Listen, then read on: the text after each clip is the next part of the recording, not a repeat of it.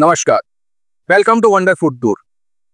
आज का हमारा एपिसोड एक खास एपिसोड होने वाला है क्योंकि आज हम रेसिपी नहीं बना रहे हैं, रेसिपी बहुत बना ली है। आज हम आपको फूड इंडस्ट्री के एक ऐसे बंदे से मिलाएंगे जो फादर ऑफ शेफ कहलाते हैं।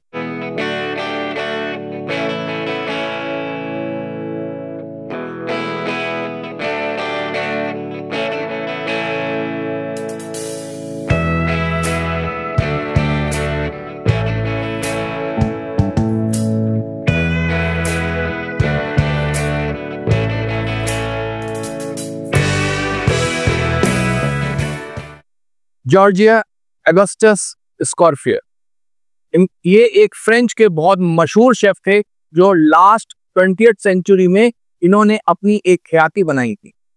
फादर ऑफ शेफ की उपाधि इनको क्यों दी गई, कैसे इन्होंने ये ख्याति प्राप्त की और कैसे ये इतने मशहूर हुए, आज इस वीडियो में हम ये पूरी जानकारी लेंगे। इनकी पूरी बायोग्राफी के बारे में भी जानेंगे। तो स्टार्ट करते हैं। अगस्टस स्कॉर्फियर 20वीं शताब्दी के अंत में एक मशहूर शेफ हुआ करते थे। इन्होंने पूरे किचन ब्रिगेड की प्रणाली बदल दी। उससे पहले इनके पहले किचन का सारा काम अव्यवस्थित था, क्लीनलीनेस नहीं हुआ करता था, किचन में कोई भी डिसिप्लिन नहीं था, कोई भी हम कह सकते हैं पोस्ट नहीं था या कोई भी उसमें किचन ब्रिगेड नहीं था। ये पहले शेफ हुए जिन्होंने किचन में ब्रिगेड बनाया, सबको एक नाम दिया, एक पोस्ट दिया, जो आज हम किचन में जानते हैं कि ये शेफ दी पार्टी हैं, ये डेमी शेफ हैं, ये कॉमीज हैं, एग्जीक्यूटिव शेफ हैं। तो इन्होंने इस प्रणाली को बनाया।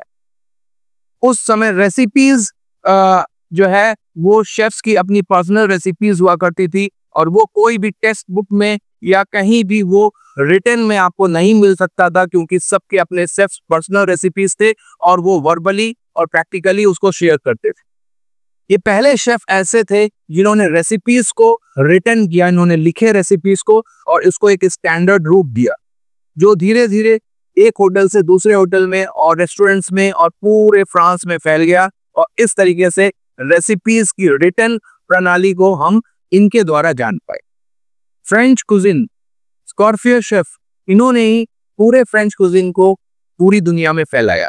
फ्रेंच कुजिन में बहुत सारे सॉसेस हम इस्तेमाल करते हैं और उस समय भी किए जाते थे, लेकिन मदर सॉस के नाम से 5 सॉस को इन्होंने सॉसेस को सिंप्लीफाई करके उसको क्रिएट किया और वो एस्टेब्लिश किया, जिसकी वजह से आज बहुत सिंपल वे में हम फ्रेंच कुजिन को बना पाते हैं।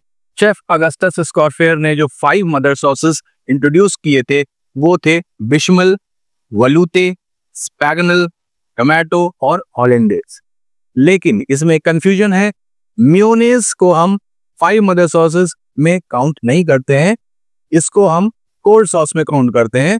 तो ये एक छोटा सा कंफ्यूजन है। गोल्डन रूल्स ऑफ स्कॉर्फियर सॉसेस के हिसाब से हमारे पास 5 मदर सॉसेस हैं।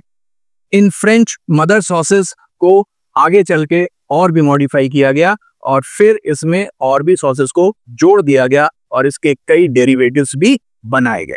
या हम यूं कह लें कि शेफ अगस्टस स्कॉर्फियर ने हमको एक मॉडर्न कुजीन की जानकारी दी, उन्होंने कुजीन को मॉडर्नाइज किया। इन सभी गुणों की वजह से इनको हम फादर ऑफ शेफ्स के नाम से जानते हैं। शेफ अगस्टस स्कॉर्फियर की वजह से आज हमें एक अनुशासित किचन मिला है, जिसमें हम होटल्स में, आप कहीं भी होटल्स में जाएंगे तो आपको पूरा उनके प्रोसीजर, बनाए हुए प्रोसीजर के अनुसार ही सारे किचन को फॉलो किया जाता है। उन्होंने एक फूड इंडस्ट्री में एक रिवॉल्यूशन लाए, जिसकी वजह से आज हम उनको फादर ऑफ शेफ्स कहते हैं।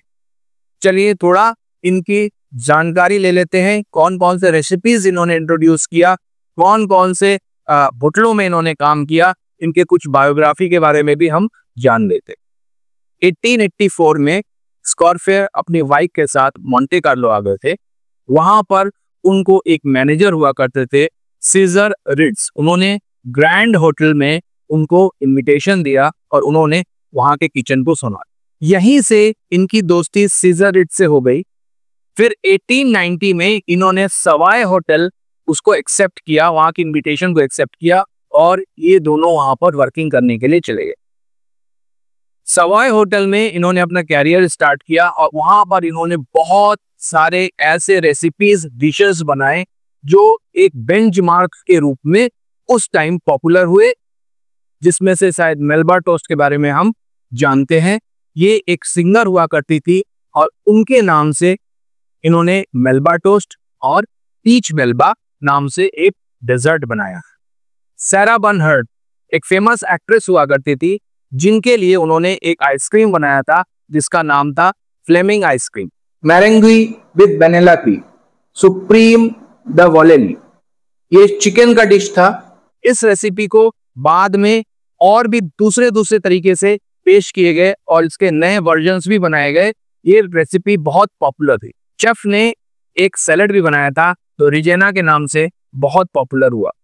जो गैब्रिएला रिजेनी एक उस जमाने बहुत मशहूर कलाकार हुआ करती थी, जिसके नाम से उन्होंने ये डिश बनाई।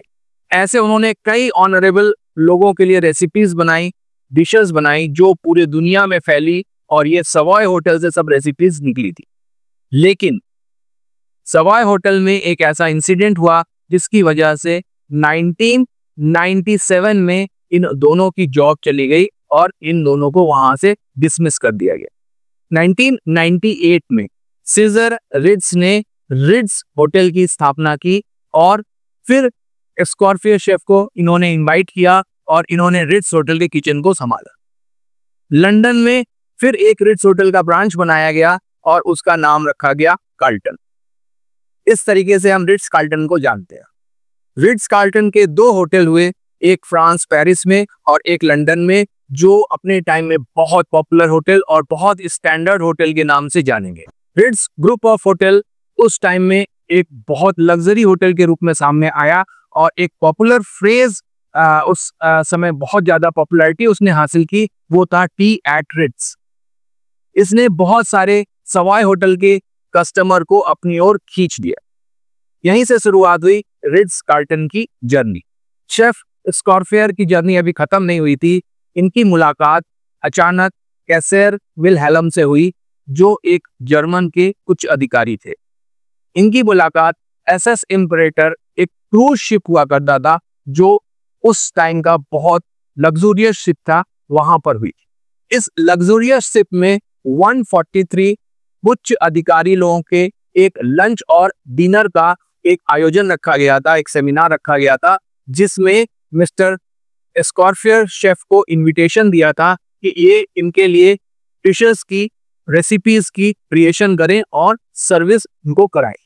एक बहुत लार्ज बुफे का आयोजन किया गया, बहुत लार्ज मेन्यू का एस्टैब्लिश किया गया और इन 146 अधिकारियों को लंच और डिनर दोनों सर्व किया गया, और जिसमें एक बहुत पॉपुलर स्वीट डिश मिस्टर स्कॉर्फियर ने दिया था, जो बहुत पॉपुलर हुआ, जिन्होंने इनकी जर्नी को आगे बढ़ाया। बताते हैं उस स्वीट डिश का नाम क्या था। उस स्वीट डिश का नाम था फ्रेसेस। ये एक फ्रेंच पुडिंग था जो स्ट्रॉबेरी से बनाया गया था। ये डिश उन अधिकारियों को इतना पसंद आया कि कैसर ने इनको अगले ही दिन ब्रेकफास्ट में इनविटेशन दिया और इनको एक उपाधि दे दी, एम्परर ऑफ शेफ, और इनको इनविटेशन दिया कि आप इस क्रूज लाइन में किचन को संभालेंगे। तो यहां से इनको क्रूज लाइन में इनकी जर्नी स्टार्ट हुई और इन्होंने क्रूज लाइन के किचन को भी हैंडओवर लिया और उसमें अपनी रेसिपीज को इंट्रोड्यूस किया। वर्ल्ड वॉर फर्स्ट में शेफ अगस्टस स्कॉर्फियर ने अपने एक बेटे को खो दिया। इसके बाद 1920 में इन्होंने रिटायरमेंट ले लिया और होटल इंडस्ट्री को अलविदा कह दिया। रिटायरमेंट के बाद भी इन्होंने रिट्ज कार्ल्टन के किचन में अपना योगदान निभाते रहे और 1935 में इनका निधन हो गया। शेफ अगस्टस स्कॉर्फियर ने बहुत सारी ऐसी बुक्स लिखी, बहुत सारी ऐसे उन्होंने रेसिपीज को बनाया जो उस टाइम बहुत पॉपुलर हुए, और उनके जो रूल्स थे वो आज भी हम फॉलो करते हैं। इनको गोल्डन रूल्स बोला जाता है शेफ इंडस्ट्री में, और इसीलिए इनको फादर ऑफ शेफ कहा जाता है। आज का एपिसोड यहीं तक। फिर अगले एपिसोड में हम नए रेसिपीज के साथ आ सकते हैं या फिर नए इंफॉर्मेशन के साथ भी आ सकते हैं। फिर आपसे मुलाकात होगी। तब तक के लिए have a nice day, bye bye.